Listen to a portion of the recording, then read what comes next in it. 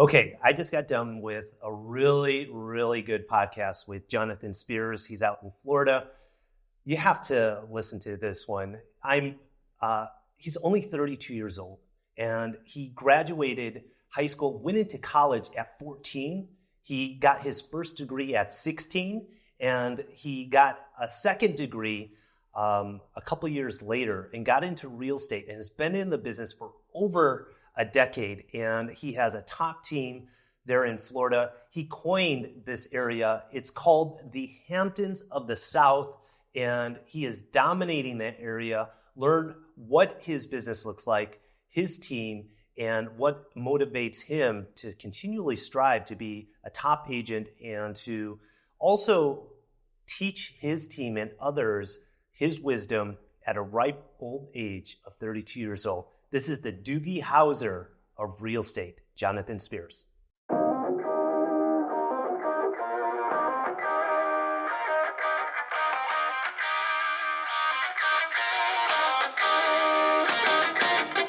What's up, Nick? Hey, Jonathan. How are How you you? doing? Doing Nice to well. see you. Nice to see you. How are things? It looks like you spent a lot of time in Cabo, my friend. Well, I relocated here 20 years ago. And Very so from Southern California?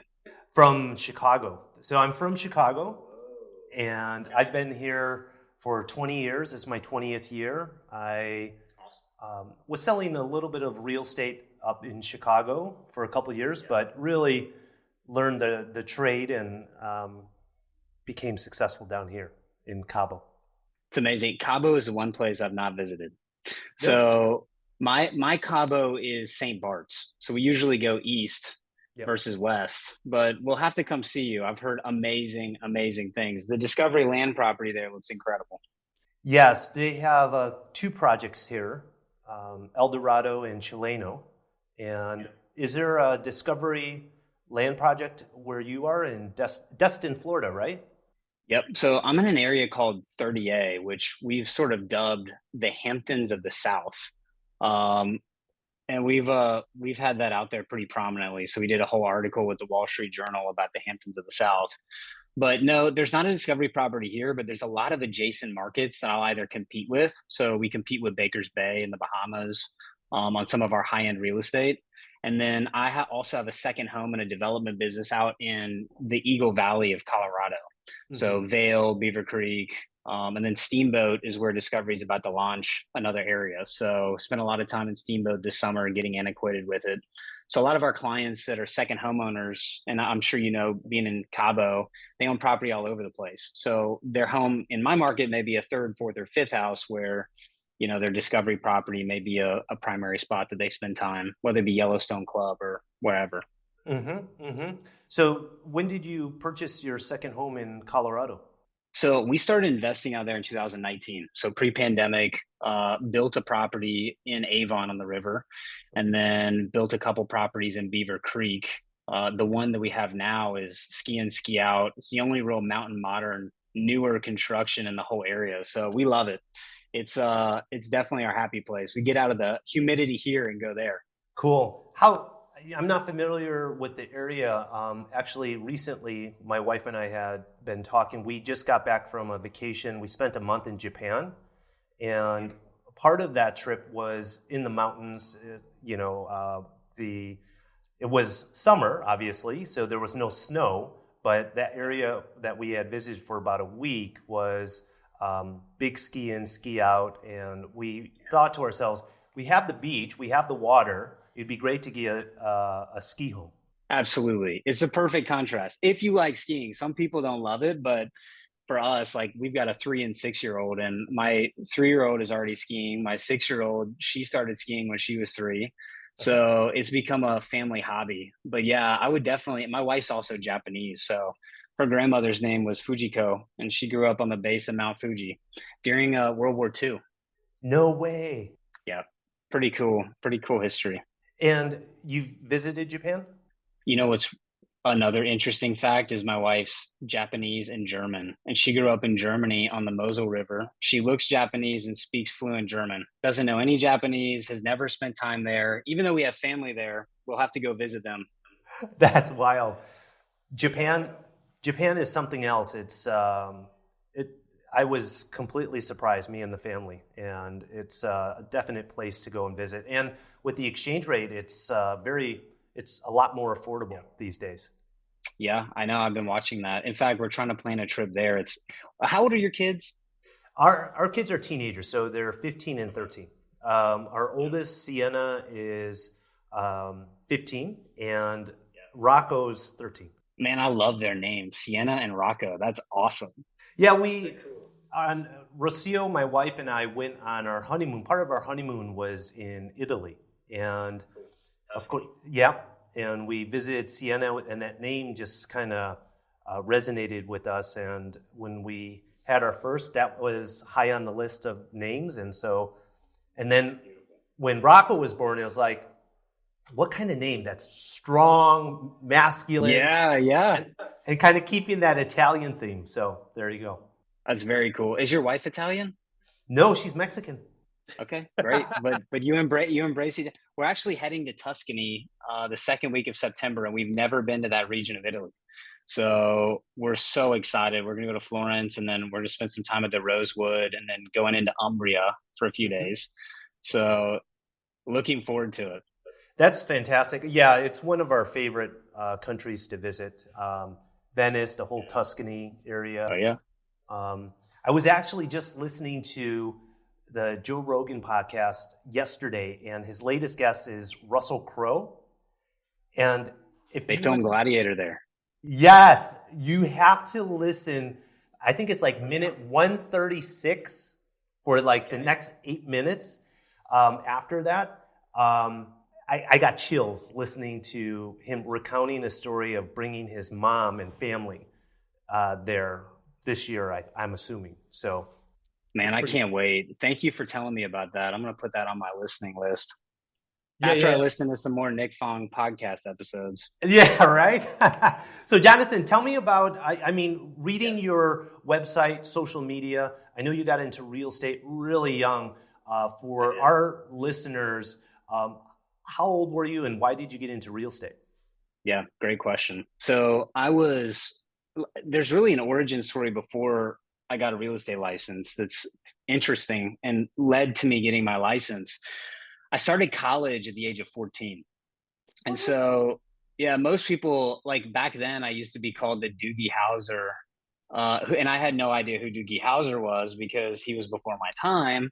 But, since then I've sort of fallen in love with that whole theme. But I started early and I was just super, super driven, very motivated kid. I would say I'm sort of a product of the Great Recession because I started college in 2007 and the financial collapse happened in 2008. So I got a front row perspective living in a second home market, watching a lot of people in our area struggle tremendously, job sources drying up, real estate collapsing as far as values.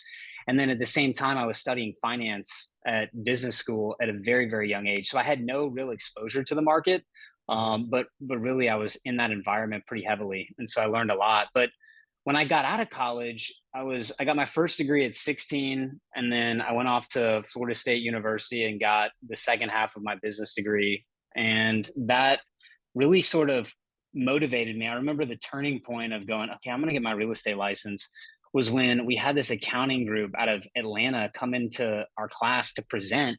And they said, Jonathan, you can make up to $30,000 a year if you come and work for us with your 4-year degree from Florida State University here in Atlanta. And I was thinking, what am I going to do with $30,000? And I certainly don't want to be chained to a desk. And so, business school always taught you that real estate agents were just salespeople. There wasn't a lot of value outside of maybe the investment side or the private equity side. But I saw the $1 Million Listing shows and, those sort of inspired me. And I felt like, okay, I'm going to try to leverage the youthfulness that I have to go out and build a real career in real estate. So you get into real estate right out of getting your second degree at FSU? The day I turned 18, I started working on my license and I had it a month later. So that was in 2010. 2010. So I did the math really quickly. Are you only 31? 32, 32.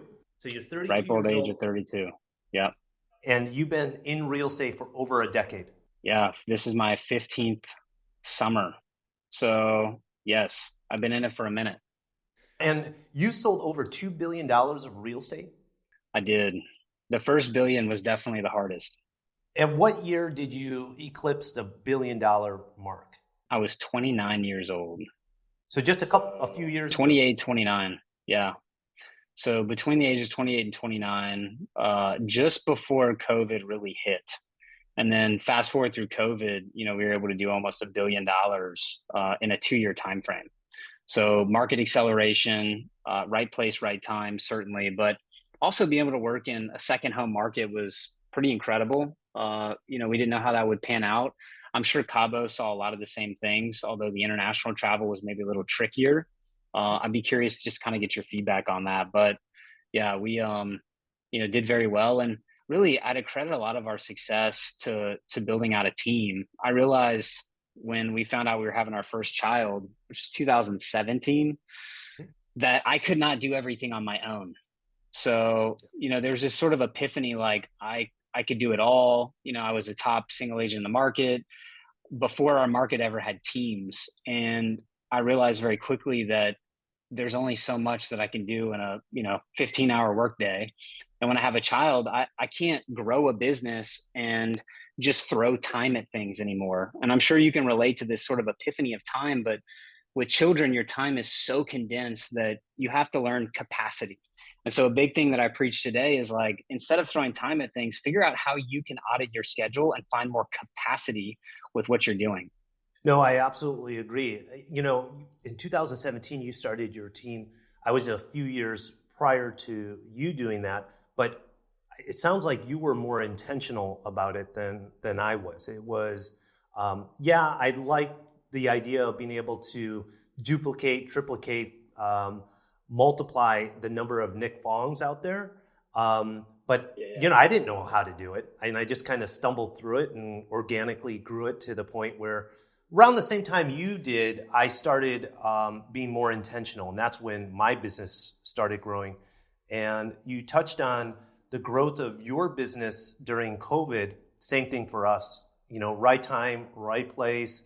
Had a lot of the key ingredients prior to COVID hitting, and we were primed and ready to take advantage of the change in the market. Yeah, I love it. I can relate. So you've had a team for the past 7 years. What does your team look like today in 2024? It's interesting because I feel like teamwork is one of those evolutions that, as a team lead, you go from this mindset. And if we're talking really to a basis of agents, that maybe you're at a point where you're a single agent and you're looking for an assistant, right? That's where I started in terms of growing a team. It's like, okay, I need an assistant who can come in and they can support my sales directly. And then most of us get to this point where it's like, okay, I have this overflow of business I cannot get to. I am missing deals. I need to get an agent who can help come alongside me and close these deals. That's the natural sort of progression of a team. For me, I centered a team for a very long time around me. I was the center of that universe. The team operations were really a direct effort, a reactive effort of what I was producing out there proactively. And I realized just pre-COVID, like 2019, we were at a point where I had 5 or 6 agents. We were doing extraordinarily well. And I felt a lot of tailwind, but I wasn't necessarily feeling like I was growing. I was just sort of dispersing leads. I was rainmaking, and I didn't feel that I was a business owner. I could control my time and my cash flow, but I didn't necessarily have something that I could scale, and I didn't have a solution to help other agents scale their business. So I really shifted what Spears Group was at the time to what Spears Group is today, which is a mentality of our agents for proactivity. Like, instead of me just handing out leads and focusing on how do I generate the most leads to hand out to agents, it's how do I create a system and a process to where agents can legitimately build a business that is a well they can draw from the rest of their life. And I'd equivalent it to fishing. It's like you take a kid fishing, you don't let them bait their hook the very first time they go out, right? You show them how it's done, you teach them where to cast, how to fish. And it's really the same thing in real estate. Is like, whether you're young or old, it's not about the age demographic. It's really about, are you willing to learn the skill set? And a lot of us, it's so easy to pick up a phone. I remember going from like single agent, early stages of my career. I was a single agent that worked on a team that was doing foreclosures. So the foreclosure business is hyper reactive, right? You got all these people calling on these, supposedly underpriced listings. Well, that was like pick up, pick up, pick up. When I went to single agent status, I knew if I didn't get out of this mindset of like staring at my phone and waiting for it to ring, I was never Yeah. going to do any business. I had to go out and figure out how to generate that. And so that proactive measure is something that we really focus on today. And how many agents are on your team today? I have 15 active agents. We've got 3 support staff plus a media team. We have an in-house PR company. So it's essentially a small brokerage. Yeah. And you're with the Compass Group, correct? Yes. Yeah. We brought Compass to our market. And what I love about Compass is that we've been able to essentially run our business under our branding. And it's powered by an incredible brokerage engine that we get to leverage from a networking standpoint, from a technology standpoint. So it's been really good. Yeah, a number of the Compass agents in the U.S. markets we've connected with on the podcast, and we're also. Are you a member of Realm? I'm not a member of Also, Realm, but I know the Falples really, really well. I'll see them next week in Aspen, so they're great. Julie's awesome, and I love what they're doing.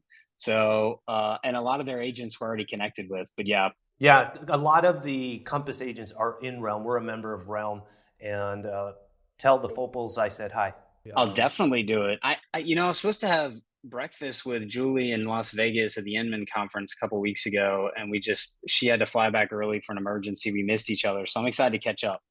Cool, fantastic. Tell me about with all of the NAR and the buyer agency agreements, what changes have you done on your team, and what's the reality in your every day-to-day business? So that's a great question. I think the reality is our job to help our clients buy and sell real estate has not changed. And so I think a lot of the media can be a huge distraction for agents' businesses because they get fixated on this fear that their job and their value as agents has changed. And I think for us, we've doubled down on making sure our agents are equipped with knowledge on how we work in this new market. The operations is different, the paperwork's different. It's maybe more monotonous than it was before, but I look at it as an opportunity to really enhance our businesses to where we continue to separate as an industry from an industry of hobbyists to an industry of professionals that have a fixed process, that have full disclosure. And so we've really embraced the changes, and I think equipping agents with the right conversation pieces and getting them comfortable with talking about money, right? Like it's so often a new agent gets into the business and they're sort of afraid to talk money with a client, like, what are the state of your finances? Can we talk to a lender? Are you paying cash? Like those, when we all first get into this business, especially if it was our first career, that's a nerve-wracking topic because it's so sensitive, right? It's very personal. I think that it's sort of the same feeling coming into the NAR changes where a lot of agents aren't used to talking about what they make, right? It's like, hey, the seller's broker is offering a compensation of 2.5%, and I need to disclose that to you. And here's what we're doing in order to sort of achieve this goal for you, this goal of home ownership. The other thing that's been really important is I think the media takes this stance that agents are very disposable, and it's hard to see this compounded knowledge that a lot of us provide. What I've talked about with our team is you can't replicate decades of understanding in a market. So if I come to Cabo tomorrow, I feel very skilled from a negotiation standpoint. I feel like I can get on Google Maps and learn geography quickly. I can get educated on resorts quickly. I can look at sales statistics, but I don't know the who's, like who's been transacting and the whys of the market. Why are people transacting?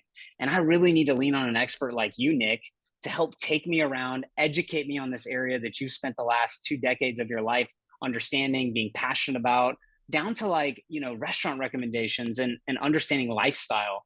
And so all of those things, it's sort of like the iceberg effect that we look at in business school. You only see really the tip of the iceberg with a lot of agents, but we really are the only industry in the world from a service base that you don't have to pay. I don't have to like pay you a retainer, Nick, to talk to you, right? I get Right. an opportunity to pick up the phone as a seller and I get to call the best in class, best expert in the market, best negotiator, and I'm not paying anything for that access. And so in fact, I don't pay anything until you actually get me a result as far as how our businesses are usually set up. And so I like to make sure our agents are equipped and reminded of that and reminded of how to articulate that value to a prospective buyer or seller. But if you're an agent like on your team or on my team, we don't have that here in Mexico, fortunately. But it's interesting to see because the majority of our clients are Americans. So Yeah. sellers and buyers are being educated on this change in the market, and they're wondering how is it affecting our market in Mexico. And being here for 2 decades, it definitely affects us. And it might not be today, but it'll be in the next 3 to 5 years. And so the better I can understand that and what my clients are going through, I can get a leg up in terms of my business and getting our clients and our marketplace, our local agents prepared for those kind of changes. In our business, we're all second homes. All second homes, maybe 5% are primary. For you, what does that percentage look like? Almost identical. So I'm Really? second, third, fourth, fifth homes, very little primary. The market shifted more in favor of primary homeownership or more what I call permanent secondary homeowners. Maybe the people that they'll purchase for 6 months and a day, but they're really spending the rest of their time in California or New York or wherever. So I think the second home market here is very much in full swing. And I'll tell you something else: a second home buyer, and you know this as well as I do, is that there's a lot of impulse involved, right? They're down on vacation, they may just be feeling really great, and while they're in town, it's important to engage them. In our market, where everything is, pretty wide, very accessible, it's probably a 5 billion plus market with a Mm-hmm. 30-mile stretch of beach. You've got people that'll just pick up the phone and call you off a sign and go, "Can I see this right now? Like I really want to get in." This new sort of red tape of like, yes, absolutely you can. I'm a listing agent, so I can meet you there. But maybe they call, another agent off of Zillow or somewhere else, and they try to get into property. Being able to educate them on how this process works and trying to make it, seem more casual than, you know, super daunting is important. And I think a lot of that comes with comfort, right? Repetition creates comfort. And for our agents and even for you guys out there, it's like, okay, let's figure out if we know we're serving Americans and the cultural tone in America is this new shift, how could we create a process that our agents get really comfortable having these conversations and maybe having a process that replicates what they're used to? With your team of 15 agents, when you get approached by an agent to join your team, what are the qualities that you look for that would fit and make them prosper under the Spears Group? This is also sort of an evolution of what I see as a team versus what I see as a full-fledged business, right? So it's this mindset that professionalism is what the differential between somebody who approaches a hobby, like I go out and I'm a hobbyist in golf or I'm a hobbyist in tennis, where maybe I'll play a couple times a week versus like I'm a professional. I'm in the gym every day. I'm putting in reps outside of the field or outside of the court, and I'm trying to sort of move in this direction of full time. Um, when I look at like our team today and just the structure and our strategy in particular, like I want our team to essentially have ideal daily schedules and fit a specific mold. But the only way to do that consistently is by having a motto and a vision. And as a leader, I think it's very important that we are vision casters and we clarify vision as often as possible. It's also a principle that my good friend Larry Kendall uses with Ninja Selling. If you're familiar with Ninja, it's an incredible outlet. It's what we train our team off of.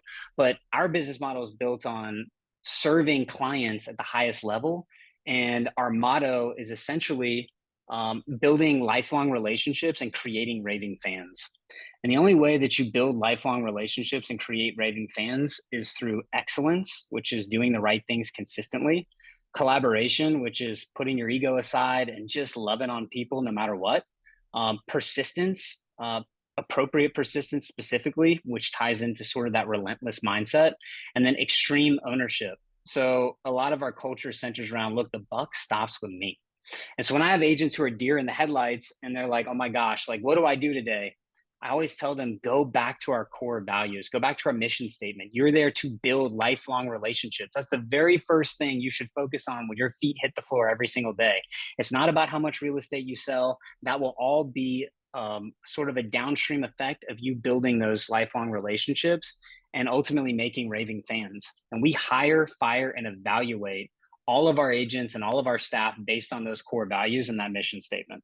Is the desire for you to continue to grow the team or just consistently make the existing 15 agents hire producing agents, and if you're not cutting it, clear them out and find someone to replace them?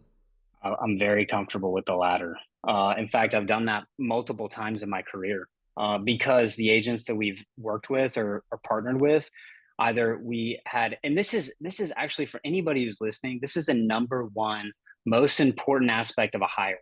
A hire is not always about production. It's not always about culture either. You can have too much of a lean to both sides. A hire is about vision alignment. And Mhm. so it's always like right person, right seat. And if those two things don't line up, because you can easily get the right person, you can put them in the wrong seat, or you could have the wrong person that gets into the right seat for your business, which is like having the wrong assistant who's maybe not detail oriented. Maybe that person should be a real estate agent. But for me, like you're talking to somebody who went to college at 14, I'm a Yeah. natural overachiever. So growth is always on my mind, but I am a big quality over quantity guy. And so I definitely want to have the right quality people around me and build and forge those great relationships versus, having 100 agents that are left to their own devices. Yeah. So, what does that mean for you in terms of your future and your goals? I mean, you're only 32 years old, yet you've been in the business for well over a decade and you've achieved so much success, over $2 billion of real estate sales. I mean, where do you go from here? I honestly, I look at myself maybe not as like just a real estate agent, but a problem solver. And so I'm so passionate about the real estate industry. I'm very involved in development and architecture. And for me, I would just want to be able to exercise that problem solving ability at the highest level. And one opportunity that I see is being able to work with agents, whether they're on my team or not, and create solutions to help them build a business like I did at the ripe age of 18. And so Mhm. I know I've got sort of a life changing formula for success, but a lot of that boils down to somebody's willingness. And I know a lot of what you guys have talked about on this podcast before, and really the mindset that you probably look for as well with a team member is like, who's driven, who's determined. Like it's less about finding people with intellect and more about finding folks that really want it and they want to have success and they want to really pursue the right things, which would be that vision alignment. So I see a lot of opportunity in growth. I see a lot of opportunity in solving sort of these industry wide problems. And I'm really passionate about getting myself into that position to do so. Does that mean coaching? Does that mean public speaking, writing a book, Yeah. all the I would above? say, I'd say all the above for sure. I love like coaching our team members now, but I would also tell you that like I got into the business right after the iPhone launch, right? So Steve Jobs comes out, he wows us all in his turtleneck in 2007. I mean, I Mhm. was hooked. That's all I could talk to my parents about was like, how do I get this iPhone? Can I camp out at AT&T overnight to get it? So for those of you that remember that they monopolized the iPhone, but Yep. I'm also like a student of industry, right? So I would also say this, like I look for my inspiration in growing great businesses, not just through the real estate industry, but through all industries. And I always tell people like instead of looking across the aisle within your industry to get inspired, look out to other industries out there that are great. I mean, you could look to Nike, you could look to even the evolution of Walmart, right? Like Walmart, Sam Walton, he's a huge inspiration to me. And so I definitely am a self-described serial entrepreneur. Real estate is my current outlet that I love to be in, and it's an industry I'm passionate about. But I want to figure out how I can take that same skill set and help solve problems in a really big way. We've talked a lot about um, your personal development, your business, the real estate market, and more inside of your business. But let's go a little bit broader. Tell me about the Hamptons of the South. How much geography are we talking about? How many units typically are on the market? How many units transact in a year? You mentioned about $5 billion of real estate. How many agents, average unit sale? Break it down. Yeah, so I love this. So the Hamptons of the South, let's start there. The reason that we coined this area the Hamptons of the South is because our area geographically and traditionally has served the major metro areas of the Southeast. And so that's from Dallas, Texas, let's say Houston, Dallas, all the way up to Atlanta, Georgia, Nashville, Tennessee, Birmingham, Alabama, New Orleans, Louisiana, and even parts of South Florida. And what's amazing is post-COVID, our market is now serving a much broader audience. And so that audience is familiar with what the Hamptons are, but we're the Hamptons to those Southeastern states. And what's also incredible is post-COVID, we've seen such a major wealth influx into the Southeast. So Bloomberg reported that for the first time ever, the top 5 Southern states have overtaken the top 5 Northeastern states for the majority production of the US's GDP. And so Florida, Texas, Tennessee, and the Carolinas were the 5 states responsible per Bloomberg for that GDP production. And we're seeing that both from the influx in the real estate industry, but also from the relocation of corporate headquarters into these sort of tax havens, specifically Texas, Tennessee, and Florida, that have really helped bring a huge change to our marketplace. And so we really wanted to figure out, how do we tell the story of our market to an audience that may never have heard of us? And the Hamptons of the South really paired perfectly with that. And to that point too, Nick, no matter where you are, whether you're in Cabo or you're in LA, right? And no matter what somebody's saying about your market, whether it's the mansion tax is debilitating for luxury home buyers and luxury home sellers, you have the opportunity to re-narrate that. And so I would encourage anybody who's listening today, look for opportunities with your local press. Come up with the story and the narrative of the market that's accurate and most relatable for people that would be both living in your area and also coming to your area. For us, it's vacation destination. So it's easy to broadcast Hamptons, and that people immediately think vacation. And for you in Cabo, you talk about Cabo, you don't necessarily talk about Mexico, right? So the brand of Cabo is so strong. It's just like the brand of Italy, right? Very, very strong. Everybody loves to say made in Italy. And I think the same thing for us. Like, we wanted to rebrand and have an opportunity to sort of educate on our area. Speaking of the area, it's 30 miles of white sand, crystal white sand, squeaks when you walk on it, beaches, and then emerald green waters. So very much the American Caribbean.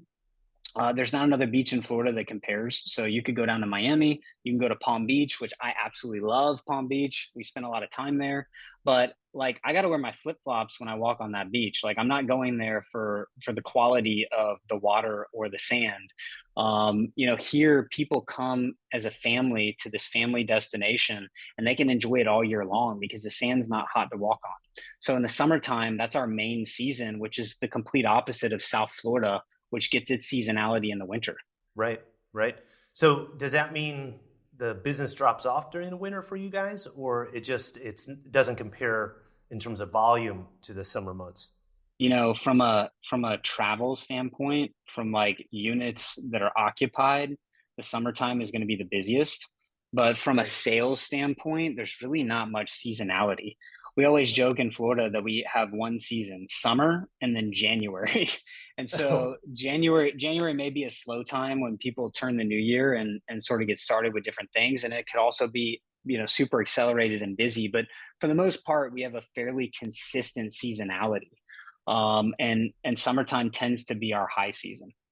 Jonathan, this has been great. I look forward to staying connected with you. Thank you for taking some time talking about your business and what you're doing there in Florida. And it sounds like you coined the phrase Hamptons of the South. Is that correct? Our PR team did.